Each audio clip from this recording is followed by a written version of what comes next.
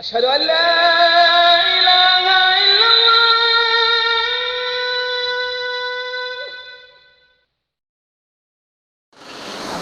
السلام علیکم ورحمۃ اللہ وبرکاتہ.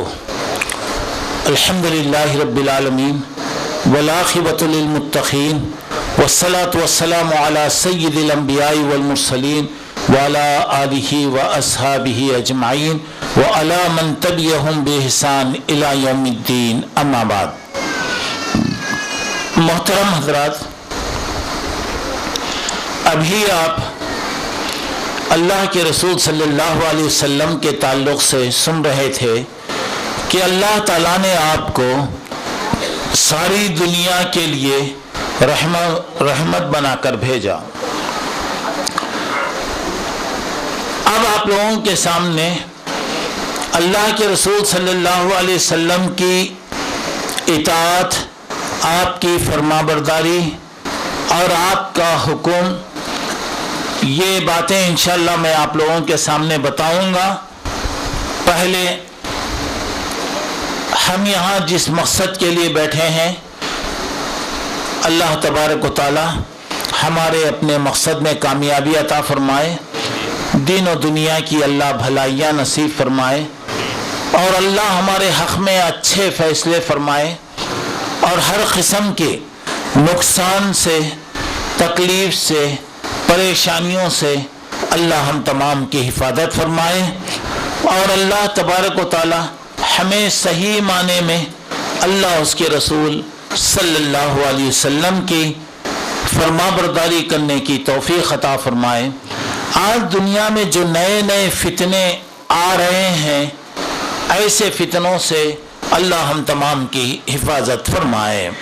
تو محترم حضرات، میں اس وقت آپ لوگوں کے سامنے اللہ کے رسول صلی اللہ علیہ وسلم کی اطاعت، فرما برداری، آپ کی سنت اور قرآن مجید میں آپ کا کیا مقام اور مرتبہ ہے، یہ بات میں انشاءاللہ آپ کو بتاؤں گا.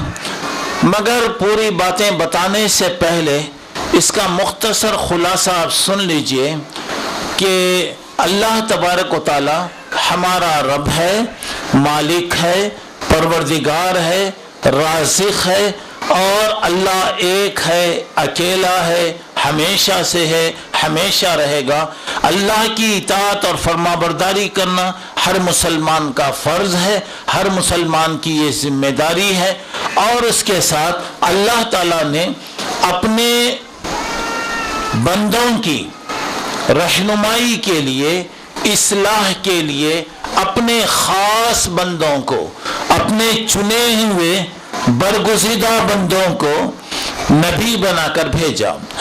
اور یہ نبی اللہ کے حکم سے آتا ہے، اللہ کے حکم کو پیش کرتا ہے، اللہ کی باتوں کو وہ پھیلاتا ہے، اپنی مرضی، اپنی خواہش، اپنی طبیعت سے کوئی بات نہیں کہتا.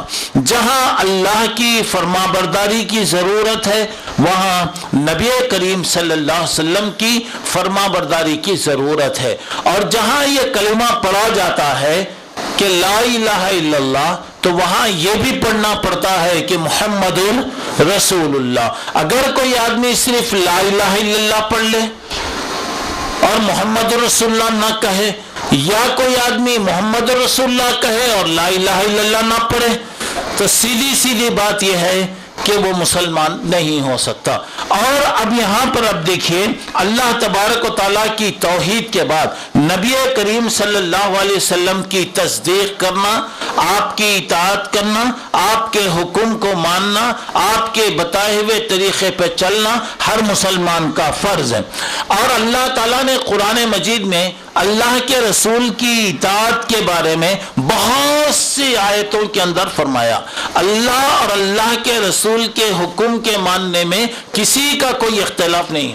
اللہ کا حکم، اللہ کے رسول صلی اللہ علیہ وسلم کا حکم، یہ دونوں کا حکم ماننا اور اللہ اور اس کے رسول صلی اللہ علیہ وسلم کی اطاعت، آپ کی فرما برداری، یہ ہر مسلمان پر ضروری ہے۔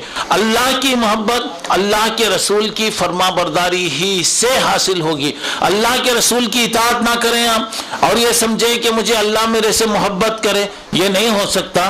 اللہ نے کہا قل ان کنتم تحبون اللہ، اگر تم یہ چاہتے ہیں کہ اللہ تم سے محبت کرے، فاتبعونی، تم میری پیروی کرو، یحببکم اللہ، اللہ تم سے محبت کرے گا۔ مطلب یہ اللہ کی محبت، رسول کی محبت، رسول کی محبت، اللہ کی محبت، اللہ کی اطاعت، رسول کی اطاعت، رسول کی اطاعت، اللہ کی اطاعت، اور یہ دونوں چیزیں بالکل ضروری ہیں۔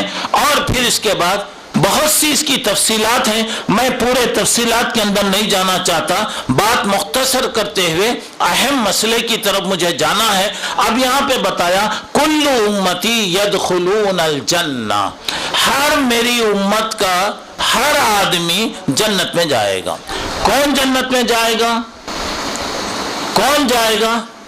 جو آدمی، اللہ کے نبی نے کہا الا من ابا، جو میرا انکار کرے وہ جنت میں نہیں جائے گا۔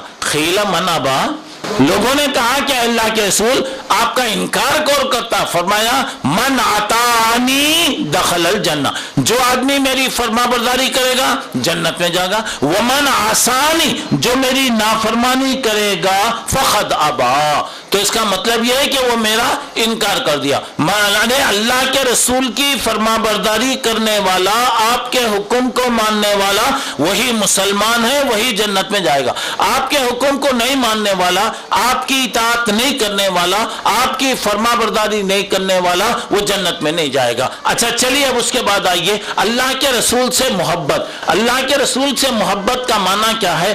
اللہ کے رسول ہمارے پاس پوری دنیا میں سب سے زیادہ پیارے، سب سے زیادہ چہیتے ہونا چاہیے، اور ہماری جان سے بھی زیادہ اللہ کے رسول صلی اللہ علیہ وسلم پیارے ہوں۔ اور اللہ کے رسول نے کہا لا یؤمن احدکم حتی اکون احب الیہ من والدہ وولدہ والناس اجمعین، تم نے کہا کوئی آدمی اس وقت تک مومن نہیں ہو سکتا جب تک کہ میں اس کے پاس، اس کے باپ، اس کی ماں، اس کے بھائی، اس کے خاندان، اس کے رشتہ دار، یہاں تک کہ اپنی جان سے بھی زیادہ جب تک مجھے وہ پیارا نہیں سمجھے گا وہ مسلمان نہیں ہو سکتا۔ حضرت عمر ایک مرتبہ اللہ کے رسول کے ساتھ جا رہے تھے، دونوں کا ہاتھ ایسا ملا ہوا تھا، دونوں کا ہاتھ ایسا ملا ہوا تھا۔ حضرت عمر نے فرمایا آپ میرے پاس تمام چیزوں میں سب سے زیادہ آپ میرے پاس چہیتے ہیں، میں آپ کو پوری دنیا سے زیادہ چاہتا ہوں۔ اللہ کے نبی نے کہا اے عمر ابھی تیرا ایمان انکمپلیٹ ہے، تیرا ایمان مکمل نہیں ہوا، جب تک دیکھیے ہم بتا رہے میں ہر چیز سے زیادہ آپ کو چاہتا ہوں۔ اللہ کے نبی نے فرمایا جب تک تو مجھے اپنی جان سے بھی زیادہ پیارا نہیں سمجھے گا اس وقت تک تو مومن نہیں ہو سکتا۔ اس وقت حضرت عمر نے فرمایا اے اللہ کے نبی میرے گھر والے، میرے بیوی، میرے بچے، میری ماں، میرے باپ، میرے دوست، میرے رشتہ دار، یہاں تک کہ اپنی جان سے بھی زیادہ میں آپ کو پسند کرتا ہوں۔ اللہ کے نبی صلی اللہ علیہ وسلم نے اس وقت فرمایا الآن یا عمر، اے عمر اب تیرا ایمان مکمل ہوا۔ مطلب یہ کہ اللہ کے رسول ہماری جان سے بھی زیادہ پیارے۔ اچھا پھر اس کے بعد حضرت سفیان ثوری کہتے ہیں المحبت فی اتباع رسول اللہ، یعنی اللہ کے رسول نے جن باتوں کے بارے میں کہا اس کے مطابق عمل کرنا، یہی گویا محبت۔ محبت بولے تو یہ نہیں ہے کہ سے جواب دے، زبان سے ہم کہیں. اور کیا ہوتا اکثر لوگ سلام پڑھتے یا نبی سلام علیکم، روحی فدا سلام علیکم، جسدی فدا سلام علیکم، یعنی میری جان فدا، میرا مال فدا، پورے فدا بولتے. اس کے ساتھ یہ جملہ اور بھی لگا لینا چاہیے، جب وہ وقت پڑے تو میں تم سے جدا، تم مجھ سے جدا، السلام علیکم. یعنی بولتے دعویٰ تو بہت کرتے، بہت دعویٰ، لیکن وقت اگر پڑ گیا تو کیا ہو رہا؟ تمہیں کون کی، ہمیں کون کی. تو اچھا یہاں پر اب دیکھیے اللہ کے رسول صلی اللہ علیہ وسلم سے صحابہ کی کتنی محبت تھی.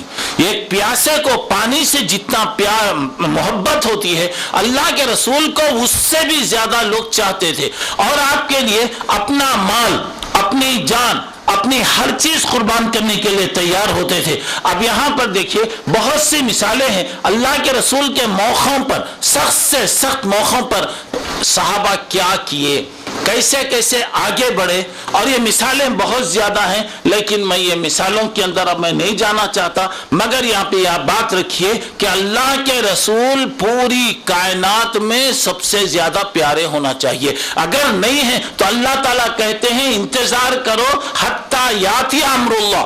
یا امر اللہ کا مطلب کیا ہے کہ اللہ کا عذاب آئے تک انتظار کرو. مانا یہ کہ اللہ کے نبی کا درجہ اگر کم یا زیادہ اگر آپ کریں گے تو اللہ تعالیٰ کا عذاب وہاں پر آئے گا. اچھا پھر اس کے بعد ابھی آپ نے مثالیں بہت سے سنا کہ صحابہ کو کیا تھا، صحابہ کیسی محبت کرتے تھے، اور اللہ کے رسول لوگوں کے ساتھ کیسا پیش آتے تھے، پوری تفصیل آپ نے یہاں پہ سنا. اب میں آئیے وہ مثالوں میں پھر دوبارہ نہیں جانا چاہتا. تو مطلب یہاں پہ معلوم ہو رہا ہے کہ اللہ کے رسول صلی اللہ علیہ وسلم ساری دنیا میں ہمارے پاس سب سے زیادہ پیارے ہوں. اب ذرا آگے بڑھیے، اللہ کے رسول کی سنت ذرا دیکھیے. سنت کا معنی یہ ہے اللہ کے رسول نے جو کام کیا اسے کہتے ہیں سنت. اللہ کے رسول نے جس چیز کا حکم دیا اسے کہتے ہیں سنت. اللہ کے رسول کے زمانے میں کسی نے کوئی کیا، اللہ کے رسول دیکھ کر خاموش ہو گئے تو اسے بھی کہتے ہیں سنت. یعنی اللہ کے رسول کا حکم سنت، اللہ کے رسول کا فعل یعنی آپ کا کام سنت. اللہ کے رسول کے زمانے میں جو صحابہ کوئی بھی کام کیے، اللہ کے رسول دیکھ کر خاموش ہو گئے. اگر وہ کام غلط ہوتا تو اللہ کے رسول کیا کرتے؟ منع کرتے، بولتے بھائی یہ کام نہیں کرنا چاہیے، یہ کام نہیں کرنا چاہیے. مگر آپ دیکھ کر خاموش ہو گئے تو اس کا مطلب یہ ہے کہ وہ بھی سنت ہو گیا. اچھا اب آئیے یہاں پہ دیکھیے، من تمسک بسنتی عند فساد امتی فلہ اجر مئۃ شہید. اگر کوئی آدمی ایسے وقت جبکہ اللہ کے رسول کی سنتیں چھوٹ گئیں، اللہ کے رسول کی سنتوں سے لوگ غفلت کر رہے ہیں، اگر کوئی آدمی اللہ کے رسول کی ایک ایک سنت کو بھی اگر پکڑ لے، اللہ اسے 100 شہیدوں کے ثواب سے زیادہ اللہ اس کو ثواب دے گا. اور ایک شہید کا ثواب آپ کو معلوم ہے کہ اللہ تعالیٰ بغیر حساب و کتاب کے اس کو جنت کے اندر داخل فرمائیں گے. اب 100 شہیدوں کا کتنا ثواب ہوگا اندازہ لگائیے. اچھا چلیے آئیے، اللہ کے رسول کی سنتوں پر عمل کرنے سے کتنا فائدہ ہوتا اندازہ لگائیے. اس وقت مختصر اشارے کرتے ہوئے 7 مثالیں میں دیتا ہوں. پہلی مثال یہ، اللہ کے رسول کا انتقال. اللہ کے رسول کا جب انتقال ہوا، اطلاع ملی کہ اللہ کے رسول کا انتقال ہوا، تو گویا 2 جماعتیں وہاں پیدا ہو گئیں. ایک جماعت یہ کہہ رہی تھی کہ اللہ کے رسول کا انتقال نہیں ہوا، ایک جماعت کہہ رہی تھی کہ آپ کا انتقال ہوا. حضرت ابو بکر صدیق رضی اللہ تعالیٰ عنہ اللہ کے رسول کے کمرے میں گئے، دیکھا کہ آپ کو لٹایا گیا ہے، آپ پر ایک چادر ڈالی گئی ہے، آپ کے چہرے سے چادر کو ہٹائے، آپ کی پیشانی کا انہوں نے بوسہ دیا اور کہا کہ اللہ کے نبی جب تک آپ زندہ تھے ماشاءاللہ اللہ آپ کو بڑے اس کے ساتھ عزت کے ساتھ رکھا، جب آپ اللہ کے پاس چلے گئے تو ماشاءاللہ بڑی اچھی حالت میں آپ تشریف لے گئے. پھر اس کے بعد حضرت ابو بکر آئے اور ممبر پر چڑھ کر لوگوں کو جمع کر کے خطبہ دیتے ہوئے کہا کہ من کان یعبد محمدا فإن محمدا قد مات. اجی سن لو، جو اللہ کے نبی کو اللہ سمجھتا تھا، اللہ سمجھتا تھا، ذرا غور کرو کہ آج آپ کا انتقال ہو گیا. فإن اللہ حی لا یموت، اللہ زندہ ہے، اللہ کو موت نہیں آتی. انسان ہے، اور ہر انسان کو گیا موت آئے گی. تو اب انسان کل نفس ذائقۃ الموت، ہر ایک کو موت کا مزہ چکنا ہے. کوئی بھی اگر ہوگا اللہ کے علاوہ جو بھی ہے اس کو موت آئے گی. حضرت ابوبکر نے لوگوں کو بہرحال سمجھایا، لوگوں کا غصہ وہاں پہ ٹھنڈا ہوا. دوسری بات وہاں پر آیا، دوسری بات یہ اللہ کے رسول کو غسل کیسا دینا، کیا کپڑے نکال کر عام میت کو غسل دیتے ہیں ویسا دیا جائے گا یا نہیں آپ کے کپڑے باقی رکھ کے دے جائیں؟ سمجھ میں نہیں آ رہا. ایسے ہی ساری جماعت بیٹھی ہوئی ہے، اچانک لوگوں کو نیند آئی، اونگنے لگے، اتنا اونگے کہ یہ ٹھڈیاں نیچے جا کر لگی لوگوں کی.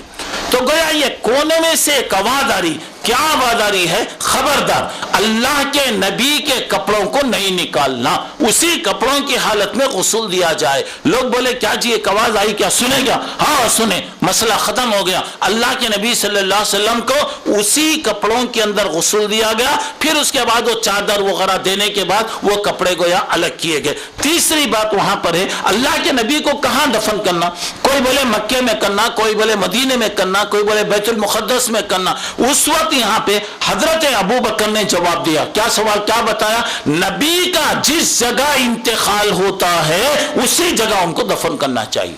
بولے اللہ کے رسول بولے کیا؟ ہاں اللہ کے رسول نے کہا، مسئلہ ختم ہو گیا. چوتھا مسئلہ وہاں پر آیا، خبر کیسی بنانا.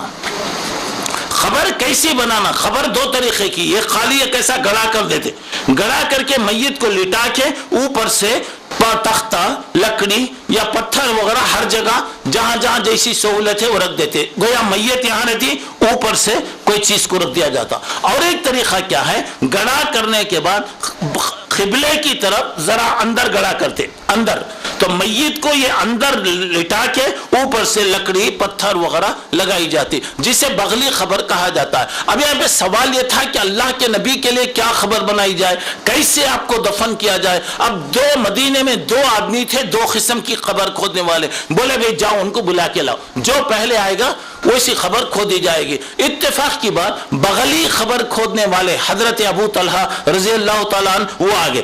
اللہ کے رسول کے لیے بغلی خبر آئی، مگر حدیث کے اندر کیا ہے دیکھیں، العہد لنا والشق لغیرنا. بغلی خبر یہ ہمارے لیے ہے. ہمارے لیے کا مطلب یہ کہ نبیوں کے لیے ہے، ہماری امت کی یہ خصوصیت ہے. اور عام خبریں دوسرے لوگوں کے لیے، عام لوگوں کے لیے. دیکھیے جیسے اللہ کے رسول نے کہا ویسے ہی بغلی خبر آپ کے لیے بنائی گئی. پانچویں بات یہ ہے، آپ کے بعد کون اسسٹنٹ بنے گا، کون جانشین بنے گا، کون جانشین بنے گا. ابھی دیکھیں جنازہ نہیں اٹھا ہے، اتنے مسئلے وہاں پر آ گئے. تو اس وقت حضرت ابوبکر نے جواب دیا، میں نے اللہ کے نبی سے سنا ہے صلی اللہ علیہ وسلم، الائمۃ من قریش، قریش خاندان کے لوگوں کو بڑا بنایا جائے، قریش خاندان کے لوگ امام بنیں گے. بولے اللہ کے رسول بولے کیا؟ بولا اللہ کے رسول بولے. چلیے مسئلہ وہاں پہ ختم ہو گیا. چھٹی بات وہاں پر آئی، اللہ کے رسول کا جو مال ہے اور اللہ کے رسول کا جو چھوڑا ہوا مال ہے، آپ کے گھر والے، آپ کے خاندان والے، آپ کی بیٹی، یہ تمام آ کر بولے ہمارے بابا کا مال ہم کو دو.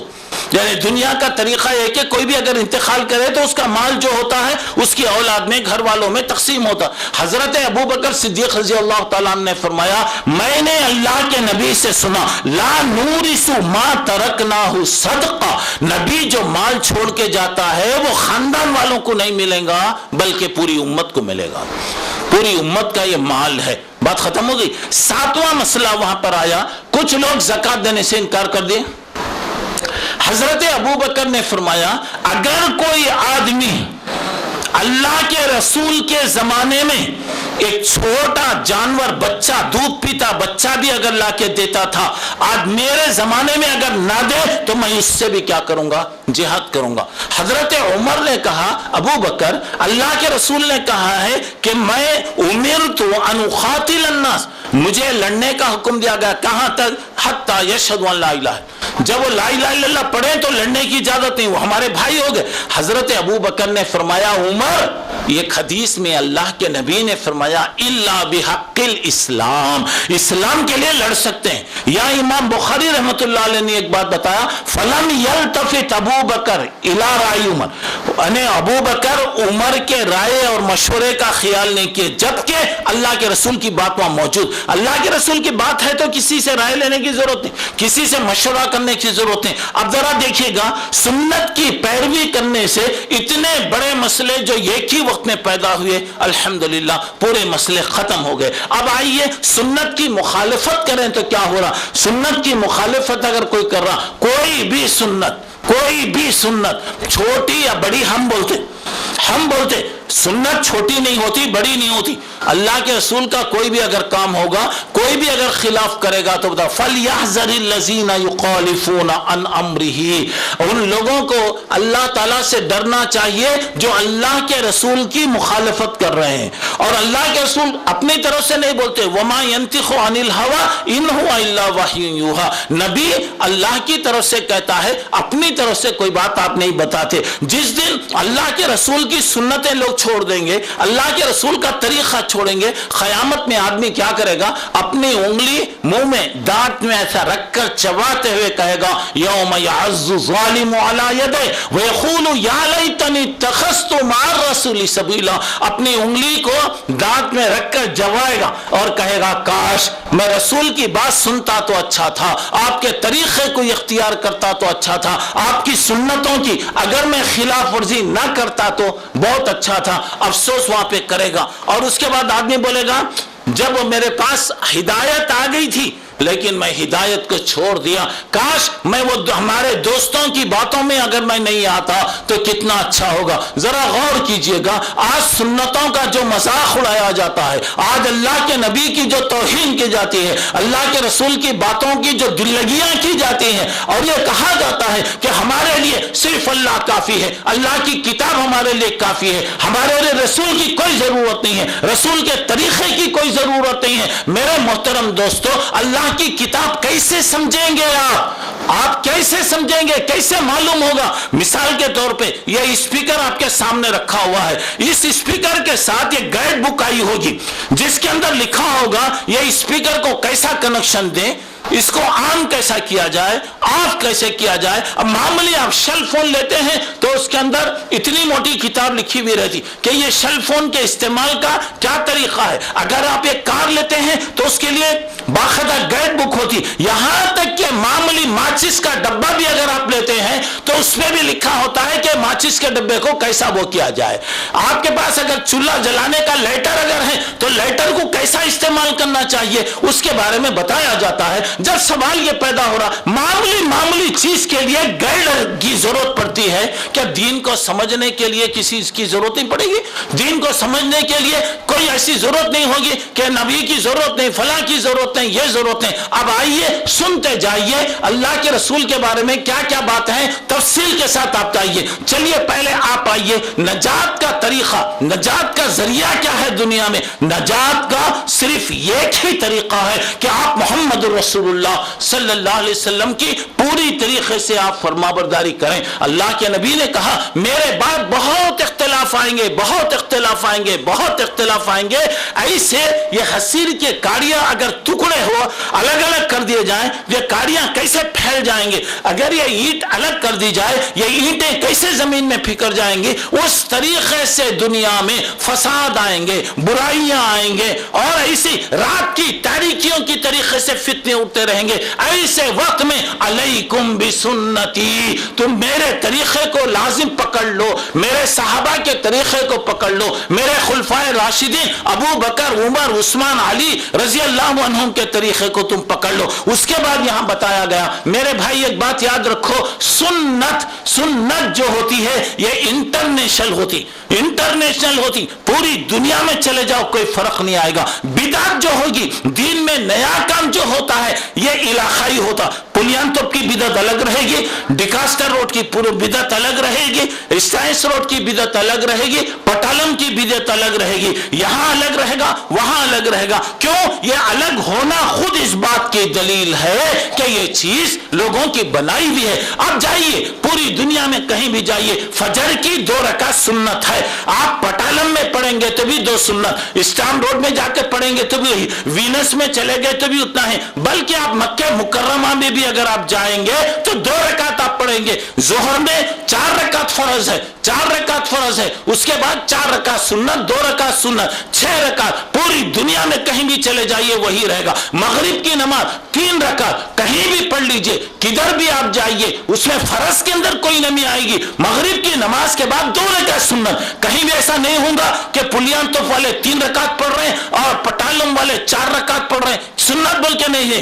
اور جس طرف بھی جائیے, جدھر بھی آپ جائیے, سنت ایک ہوتی ہے, بدعتیں بدلتی چلے جاتی ہیں. داشا مکان والے یہ کام کریں گے, پٹالم والے یہ کام کریں گے, پلیان توف والے یہ کام کریں گے. ٹپلیکن میں چلے گا تو ایڈوانس بکنگ چلتا رہے گا, ایڈوانس بکنگ بہت چلتا رہے گا. اور وہاں دیکھتے جائیے, ہر جگہ جائیے, ہر جگہ کی بدعتیں الگ ہوتی ہیں. کیوں؟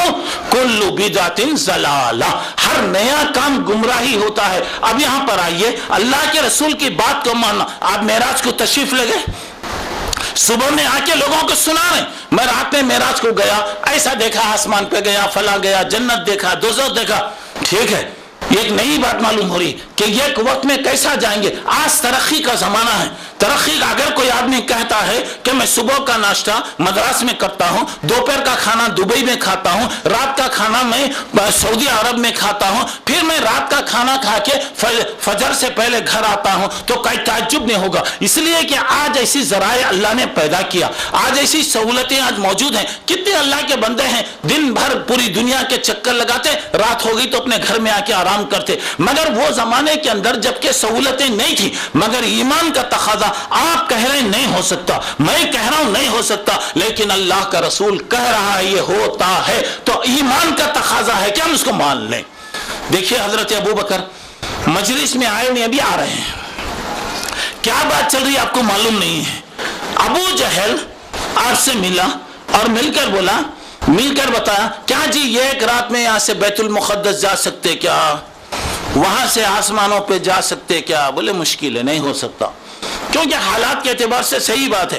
لیکن اس نے کیا کہا, اس نے کیا کہا, دیکھو حضرت محمد صلی اللہ علیہ وسلم بول رہے ہیں, میں آج یہاں سے فلسطین کو گیا, بیت المقدس گیا, وہاں سے میں اوپر گیا. عقل کہہ رہی نہیں ہو سکتا, آپ کہہ رہے نہیں ہو سکتا, میں کہہ رہا ہوں نہیں ہو سکتا, لیکن اللہ کا رسول کہہ رہا ہے. اللہ کے رسول کہہ رہے ہیں کہ ہوتا. تو ایمان کا تقاضا یہ ہے کہ وہاں پہ آپ مان لیں, چاہے آپ کو سمجھ میں آئے یا نہ آئے, آپ کی عقل اس کو مانے یا نہ مانے, مگر ماننا. حضرت ابو بکر نے کہا جب اللہ کے نبی کہہ رہے ہیں تو یہ بات بالکل صحیح ہے, غلط نہیں ہو سکتی, غلط نہیں ہو سکتی. اسی لیے ابو بکر کو صدیق کہا گیا. حضرت عمر کے سامنے یہ کیس آیا, اللہ کے نبی ایک فیصلہ کیے, 2 آدمی کی لڑائی تھی, ایک آدمی کے بارے میں فیصلہ ہوا, اسے سیٹسفائی نہیں تھا, اسے مطلب وہ نہیں تھا. اب لوگ کیا کرتے, اپنے مقصد کی چیز چاہتے, اپنے مقصد کی چیز چاہتے. کوئی بھی آ کر پوچھیں گے عبداللہ من صاحب کہنے, نہیں باؤ ذرا سخت بولتے, با نکو با کہاں جانا, اور دوسرے کہنے جانا, فلاں کہنے جائیں گے. لوگ آ کے پوچھتے, بولے تو سیکھنے نہیں پوچھتے. یہ پوچھنے کا مطلب یہ ہوتا ہے کہ ٹیسٹ کرنا. اللہ کے فضل سے یہ کرسی پر آنے کے واسطے کتنے پاپڑ بیلنا پڑا, کتنے پاپڑ بیلے وہ آدمی جانتا. اب جماعت میں اتنے لوگ بیٹھے ہیں, آؤ بھائی پوری جماعت کے سامنے آپ کو ایک 5 منٹ کی دعا کر کے جاؤ, بولے تو آنے سے پہلے پسینہ آتا. اب انہوں آ کے یہاں پہ بیٹھتے کی نہیں کی, وہ بات کی بات. تب یہاں پہ یہ کیا ہو رہا ہے, یہ جگہ اللہ کی مہربانی ہے, اللہ تعالیٰ لے کر آتا, بولے تو اللہ کی ایک مہربانی. اور ہمیشہ اللہ سے دعا بھی کرتے رہنا, اللہ تعالیٰ سے دعا بھی کرنا.